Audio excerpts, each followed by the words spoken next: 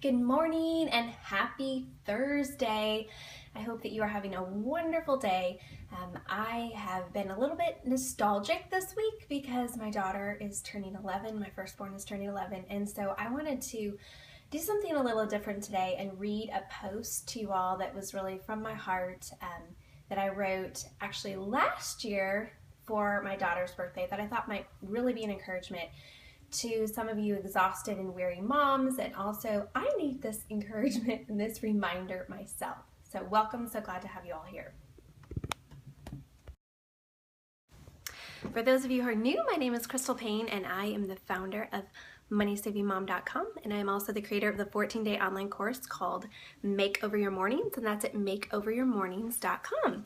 And I am going to be doing a scope today that's a little bit different than scopes that I usually do. We're running late, so I'm like, hey, let's just do something different. And so I'm going to be reading a post to you that I wrote on my blog, MoneySavingMom.com. And I just hope that this is an encouragement to those of you who are feeling just weary and exhausted. You love this time for scoping. Well, I'm glad that it's a good time for you. Yay! I'm so glad that you're loving the Make Over Your Year course. Thank you. Thanks so much for your kind encouragement.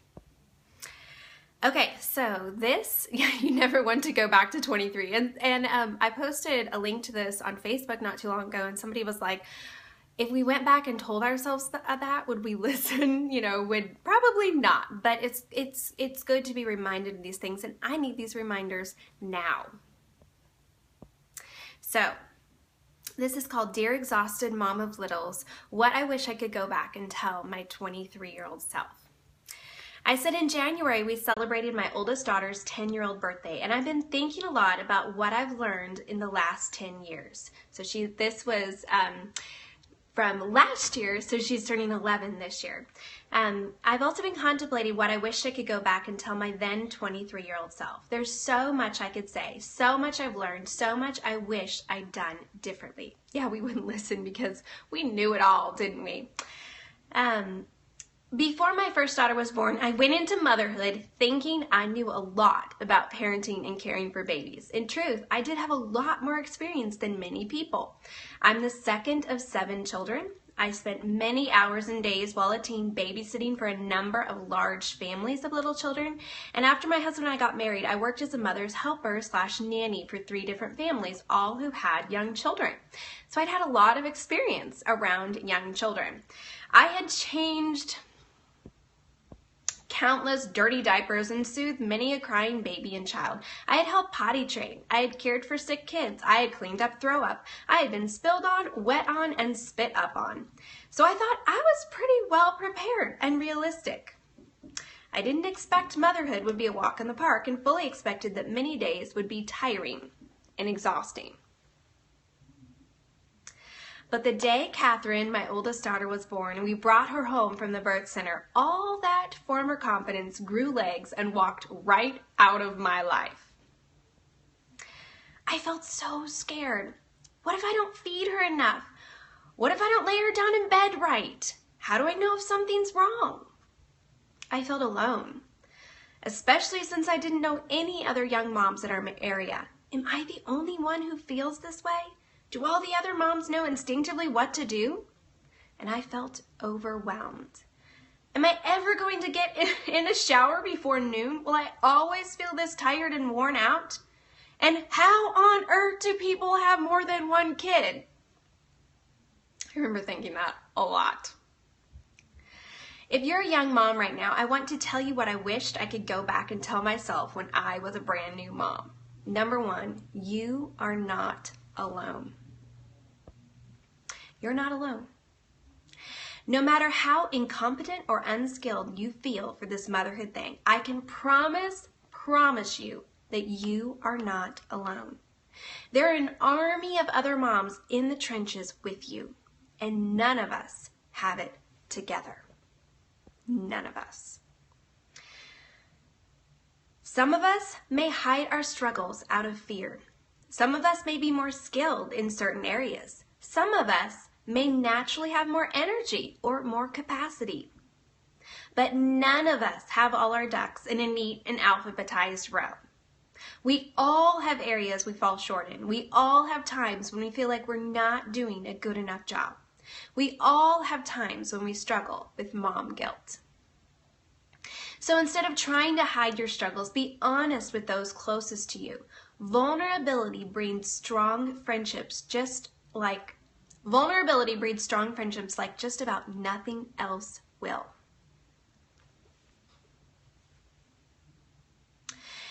So number 1, you're not alone. Number 2, you've got what it takes.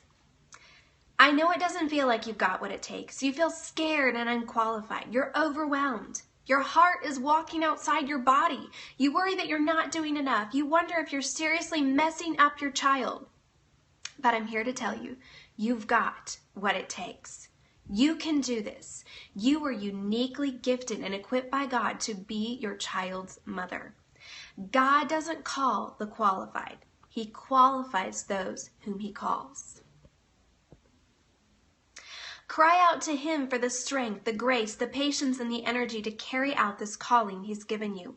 He will never, never, never leave you or forsake you, and his grace is always sufficient. Number 3, you won't be this tired forever. You're tired of your child crying. You're tired of waking up over and over again in the night. You're tired of doing the same things again and again. You feel flabby and lethargic. You look in the mirror and barely recognize the woman staring back at you. You wonder if you're ever going to be able to fit into your pre-pregnancy jeans. You wonder where all your energy went. Trust me on this. You won't be this tired forever. Even though it feels like you'll be waking up every 2 hours for the rest of your life and propping open your eyeballs with toothpicks to make it through the day, it won't always be like this. So don't stress over tomorrow or 2 years from now. Get as much sleep as you can. Accept any offers of help. Do whatever it takes to get some shut-eye. And just power through, knowing that there is a light at the end of the tunnel. And it's called kids who sleep through the night. Also, please know that just because your 12-month-old doesn't sleep through the night yet, even though you've read all the books and tried all the tactics, you're not a bad mom. You just have a child who struggles to sleep. Don't beat yourself up over it. Do the best you can. Keep experimenting and know that someday soon, your child is going to figure it out. For now, just do what you need to do to make it through. Even if not everyone thinks it's the right thing. You are your child's mother. Trust your own gut. And number 4, you don't have to do it perfectly. Really, you don't. Just stop trying already. I know you feel like you don't measure up to Sally Sue, who arrives early to church every Sunday morning looking like a model with her 3 kids under 4, all in hand-smocked outfits and intricate braids in their hair. I get it. Maybe that's what gives Sally Sue great joy and fulfillment. But take a deep breath and know that it's completely okay to walk to the beat of a different drum. You are not Sally Sue. You are you. Be you and embrace what's best for you and your family. You don't need to apologize for it or explain it. Just be you bravely. And number 5, you are going to work yourself out of a job.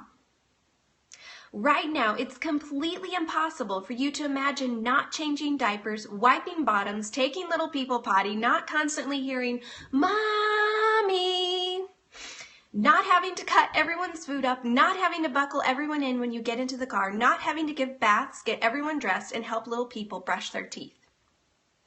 But there will come a day, and it will be sooner than you believe it will be, when you start working yourself out of a job.